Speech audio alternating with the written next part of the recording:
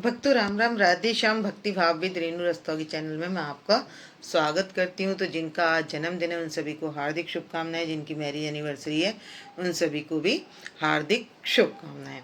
तो आशा करती हूँ कि आप सब कुशल मंगल होंगे। तो आप सभी को शरद पूर्णिमा की हार्दिक शुभकामनाएं।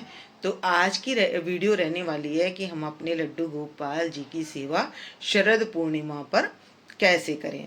तो भक्तों, सबसे पहले आपने क्या करना है, अपने लड्डू गोपाल जी को इत्र से मसाज करनी है। तो आप कोई भी इत्र ले सकते हैं, चाहे गुलाब का इत्र ले लें या केवड़े का इत्र ले लें। आप गर्मियों का इत्र कोई सा भी ले सकते हैं।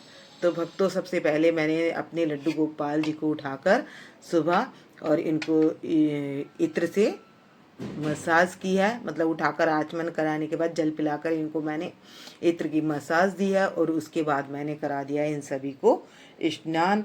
तो मैंने इनको स्नान कराया पंचामृत से।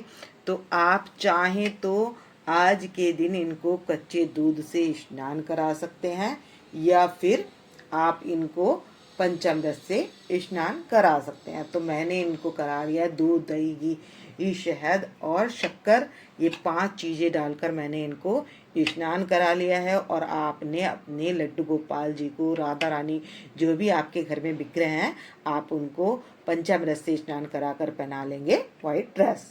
तो मैंने देखिए जिस तरीके से मैंने इनको पहना रखी है। तो उसके बाद भी हमने क्या है, इत्र लेकर जो इनकी चौकी है या जो भी हमने कपड़ा बिछाया है उस पर कर लेंगे इत्र से मसाज। और उसके बाद में क्या करूँगी, अपने लड्डू गोपाल जी के और राधा रानी के कपड़ों पर लगा दूंगी इत्र। और उसके बाद जो हमने बांसुरी दी है, अगर आपके पास मोतियों की बांसुरी है तो आप वो भी दे सकते हैं। और यदि नहीं है तो आज के दिन क्या होता है, बांके बिहारी मंदिर में बिहारी जी को बांसुरी धारण कराई जाती है, क्योंकि हमारे बिहारी जी आज के दिन रास मंडप सजाया जाता है और रास मंडप भी आपको सजाना है। तो रास मंडप में आपने किस किस को पधारना है, तो मैं अब रास मंडप तैयार करने वाली हूँ। तो उसी के विषय में मैं आपको बता रही हूँ। तो रास मंडप में हमने बिठा ली हैं सखियाँ। तो एक सखी को मैंने इधर बिठा लिया है और एक सखी को मैं इधर पधार लिया है, और बाकी मैं अष्ट सखियाँ पधारने वाली हूँ। तो यहाँ पर हम अष्ट सखियाँ पधार लेंगे। और उसके बाद जो भी पुष्प हैं तो पुष्प भी हम वाइट कलर के ले लेंगे। तो मैंने आसन भी इनका वाइट कलर का बिछाया है। तो ये मैंने आसन इस तरीके से वाइट कलर का मैंने आसन बिछाया है और उस पर हमने इनको पधारा है। तो सबसे पहले तो आप जो आसन बिछाएंगे वो भी वाइट कलर का ले लेंगे, और जो ड्रेस भी पहनाएंगे वो वाइट कलर की ही पहनाएंगे। तो सबसे पहले तो आप बताइए कि हमने जो आज का इनका शरद पूर्णिमा का श्रृंगार किया है अपनी राधा रानी का, मैंने वाइट चूड़ियाँ पहनाई हैं इनको और मल्टी कलर की कॉम्बिनेशन के साथ। तो आपको इनका श्रृंगार कैसा लग रहा है और आज के इनके छोटे लाला के दर्शन आपको कैसे लग रहे हैं। और अब आपने क्या करना है, कोई भी मंडप जो सजाना है वो वाइट पुष्प और रेड पुष्प से सजा लेना है। तो मैं भी यहाँ पर वाइट पुष्प लगा लेती हूँ और अपने बिहारी जी के पास और अपने लड्डू गोपाल जी के पास। तो आप सारी तरफ जहाँ भी आपने पधारा है तो सारी तरफ लगा लें पुष्प। और चाहे तो आप सफ़ेद पुष्प कोई लगा सकते हैं, कोई से भी हो। और फिर गुलाब की पंखड़ी चाहे तो इस तरीके से लगा लें जैसे मैं लगा रही हूँ, या फिर आप एक वाइट पुष्प और एक गुलाब का पुष्प इस तरीके से भी लगाकर अपने जो आपने तैयार करा है, जहाँ भी आपने अपने लड्डू गोपाल जी को बिठाना है, पधारना है, वहाँ पर इस तरीके से तैयार करने। तो मैं तो इसी तरीके से लगाती हूँ। तो इस तरीके से बहुत सुंदर लगते हैं। तो आप कमेंट्स करके बताएं कि जो मैंने इस तरीके से डेकोरेशन की है तो आपको ये कैसी लगी। और यहाँ पर मैं रख दूँगी बाउल, कांच के बाउल रख दूँगी, उसमें कुछ गुलाब की पंखड़ी डाल दूँगी। तो पहली बात तो एक तो महक अच्छी रहती है, खुशबू अच्छी आती है इन फूलों की, और ताजगी भी बनी रहती है। और हमारे लड्डू गोपाल जी आज जाने वाले हैं बिहारी जी के साथ निधि वन।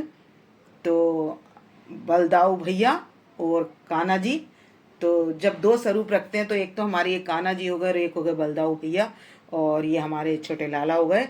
तो ये सारे के सारे आज रात को निधि वन में जाने वाले हैं।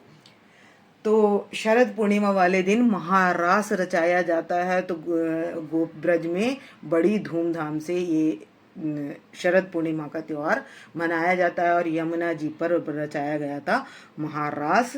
तो चलते हैं। जैसा कि प्राचीन समय में कहा जाता है कि जब विश्वकर्मा ने अपने कन्हैया की आज्ञा से क्या करा, वहाँ पर यमुना जी पर चबूतरा तैयार कर दिया और वहाँ पर किया था हमारे बिहारी जी ने रास।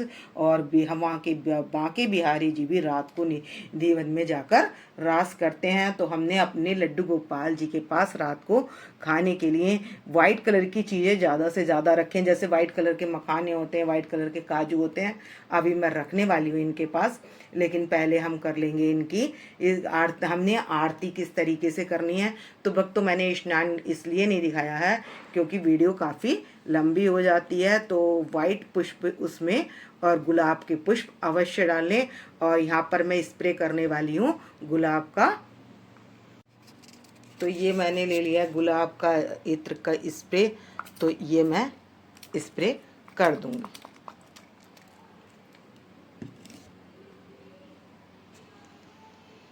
तो बस भक्तों इस तरीके से आप तैयार कर लेंगे अपनी रासलीला का बेदी, यानी कि चौकी जो आपने घर में तैयार की है अपने बिहारी जी के लिए। तो देखिए मैंने इस तरीके से तैयार करी है, तो आप भी इस तरीके से तैयार कर सकते हैं। और मैंने इसमें गुलाब का इत्र भी डाल दिया है और बहुत अच्छी खुशबू आ रही है। और ये मैंने पूजा की थाली तैयार कर ली है और यहाँ पर मैंने गोपियों को विराजमान कर लिया है। और ये कृष्ण के हमारे लाला के सखा हैं जो निधि वन में जाएंगे साथ में। तो मैंने सभी को यहाँ पर तैयार कर लिया है। और आप इस तरीके का, अगर आपके पास कोई चित्र हो तो आप इस तरीके का चित्र भी लगा सकते हैं और इस तरीके से आप तैयार कर सकते हैं। तो जितना भी हो आपको वाइट पुष्पों से ही तैयार करना है और इसी तरीके से आपको सजाना है। तो अब ले आएंगे हम खीर।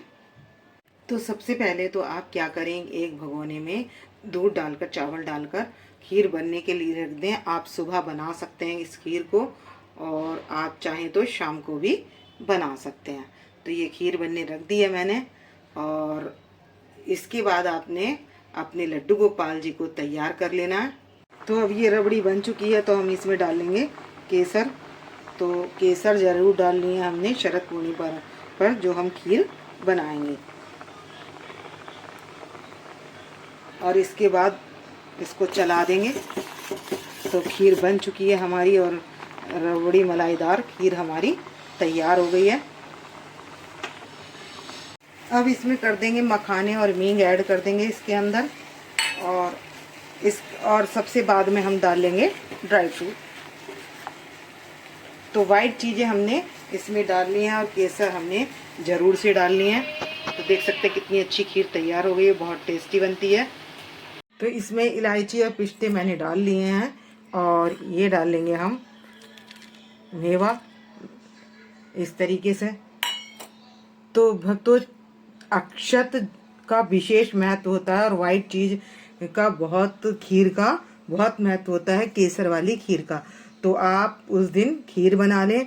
तो आपके पास जैसे ये चांदी की कटोरी या चम्मच है तो खीर के अंदर चम्मच भी डाल सकते हैं। और अगर चम्मच नहीं है तो आपके पास कटोरी है, जो भी चांदी का बर्तन हो वो इसमें डाल दें। क्योंकि आज के दिन चंद्रमा 16 कलाओं से पूर्ण होता है और अमृत बरसता है। तो इसलिए हम खीर जो है चंद्रमा के सामने रख देते हैं। तो हमने ये शाम को या सुबह को जब भी आप बनाएं तो खीर बनाकर रख लें और उसके बाद ये चंद्रमा के दर्शन के लिए रख दें। तो इस पर चलनी ढक देंगे और इसको रख देंगे। तो इससे हमारी खीर जो है वो हमारी रोगों को दूर करती है, हमारी स्वास्थ्य को बढ़ाती है। तो सभी चीज़ों को बढ़ाने वाली है ये खीर। जो प्रसाद बनता है ये बहुत अमृत के समान हमें लाभकारी होता है। तो हम एक खीर बना लेंगे भोग में और हम ले लेंगे मिश्री। आपके पास यदि चांदी की कटोरी है तो कटोरी चम्मच से अपने लड्डू गोपाल जी को खीर जरूर लगाएं। तो आप एक काम जरूर कर लेना, इसमें चांदी की चम्मच या चांदी की कटोरी, आपका गिलास हो गिलास तो आप गिलास भी इसमें डालकर रख सकते हैं। और सभी में डाल लेंगे हम तुलसी पत्र। तो भक्तों मैंने चांदी की कटोरी में खीर रख लिया और एक बड़े बाउल में रख लिया है और सभी में डाल लिया है तुलसी पत्र। तो आप भोग में काजू भी ले सकते हैं और मखाने भी ले सकते हैं, और मीठे में स्पंज वाले रसगुल्ले, सफ़ेद रसगुल्ले, आप जो भी लेना चाहें, मलाई बर्फ़ी, कोई भी चीज़ जो वाइट कलर की है, केसर की बनी हुई है, तो आप वो ले सकते हैं। और अब मैंने तैयार कर लिया आरती की थाली।